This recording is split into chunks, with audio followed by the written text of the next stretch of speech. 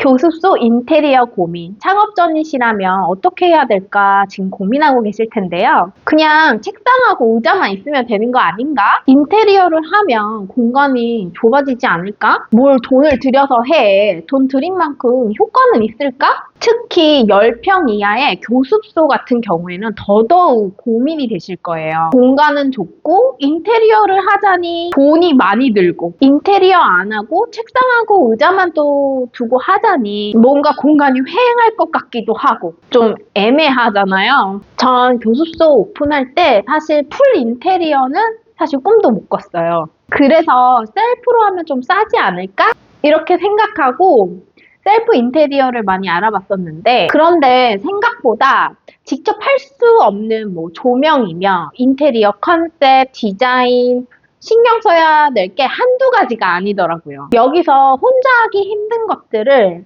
애매하게 업체에 맡기게 되다 보면 풀 인테리어 비용이 나오더라는 거죠. 여기까지만 부탁드릴게요. 이건 내가 해야지. 이렇게 생각하고 있었는데 이렇게 나누기 시작하면 상대방이 만약에 내가 생각한 범위까지 안 해줬다. 이럴 때 문제가 생기는 거죠. 사실 저도 제가 다 혼자 해보고 싶었는데 오픈 직전에 결국엔 방향을 바꿨습니다. 정말 우연히 인테리어 소장까지 해보신 목수님을 만나게 되면서 반셀프 세미 인테리어를 진행하게 되었습니다. 가구가 되어줄 책꽂이 대신에 벽장 책꽂이를 부탁드리고 공간에 맞게 원장 책상, 파티션을 목수님께 부탁드렸어요. 책상도 초등학생에 맞는 책상 높이를 좀 찾기가 어려워가지고 목수님과 상의를 해서 직접 제작을 하였습니다. 오픈할 때 진짜 몇 푼이라도 아끼고 싶어서 목수님께 사정사정해서 보조분을 부르지 않는 대신에 이제 제가 직접 하는 걸로 말씀을 드리고 제가 직접 현장에서 못질도 배우고 뭐 글라인더로 사포질도 하고 어설프게나마 이렇게 마무리를 해서 오픈을 했었어요.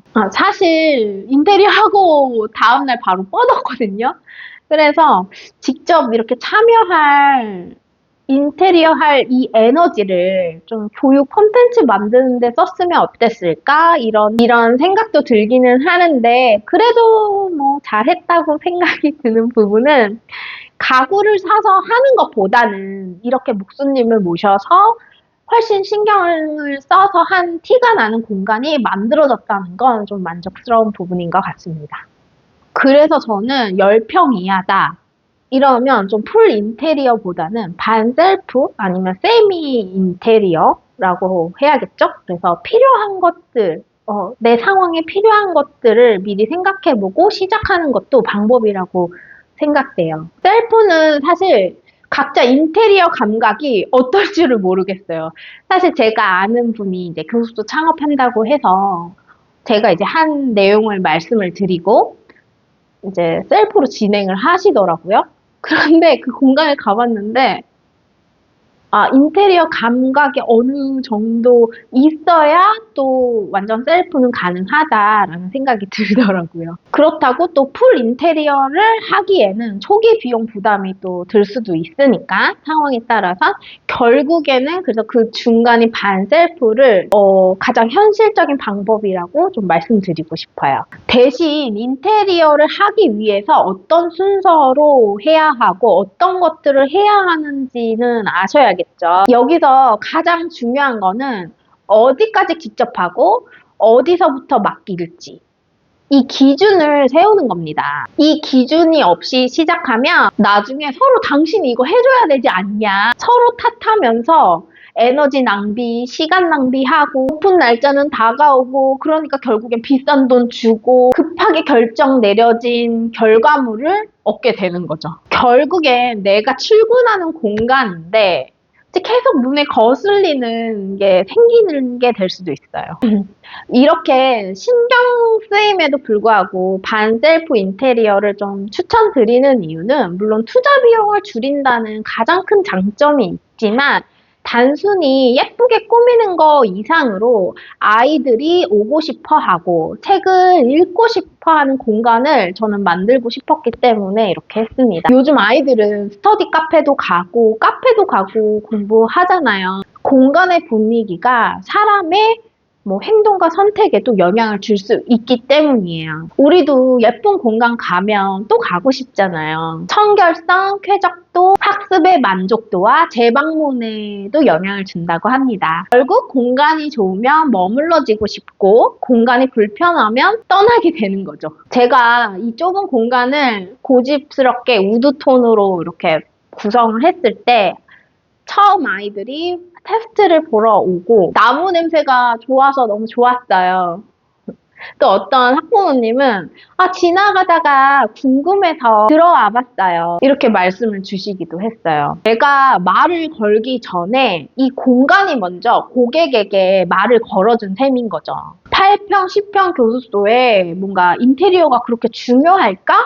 이렇게 생각하실 수도 있지만 예쁜 공간이 아니라 사람의 감정과 행동에 영향을 주는 공간. 이게 핵심입니다. 교습소 인테리어는 단순한 장식이나 이런 게 아니라 홍보의 수단이라고 생각해요. 여러분이 부동산 계약을 하고 준비할 여유가 있다. 여러 교습소 인테리어 참고 사진을 보면서 반셀프를 구상해 보셨으면 좋겠어요. 교습소 인테리어는 홍보의 수단이 될 수 있다는 걸 잊지 마시고 내가 가고 싶은 공간이자 학생들이 오고 싶은 공간, 학부모가 무의식적으로 신뢰를 느낄 수 있는 공간이 될 수 있다는 걸 잊지 않으셨으면 좋겠습니다. 셀프를 하고 싶다 하더라도 인테리어를 한 번도 안 해보셨다면 어디서부터 준비를 해야 될지 아마 모를 거예요. 인테리어도 작업 순서가 있거든요. 또 그 작업 순서가 있다 하더라도 그걸 다 할지 아니면 나는 뭔가를 생략할지 이런 기준 없이 그냥 바로 시작했다가는 1일 한 번 어떤 사람을 부를 것을 2번 부르게 되면 그만큼 또 비용이 추가가 되는 거거든요. 그래서 반셀프 인테리어를 하신다 하시면 내가 뭘 할지 리스트를 먼저 정리를 하시고 셀프 인테리어를 할 때 내가 뭘 맡길지 정하고 시작하시는 거를 추천드립니다. 영상을 보시고 나도 반셀프 인테리어 한번 해볼까? 라고 생각하신 분들이라면 댓글에 교습소 인테리어를 남겨주시면 실제 인테리어에서 해야 할 것들을 정리해서 이메일로 보내드리겠습니다. 이걸 보시면서 내 공간에 필요한 거, 불필요한 거 나누면서 반셀프 인테리어를 도전해 보시면 좋을 것 같아요.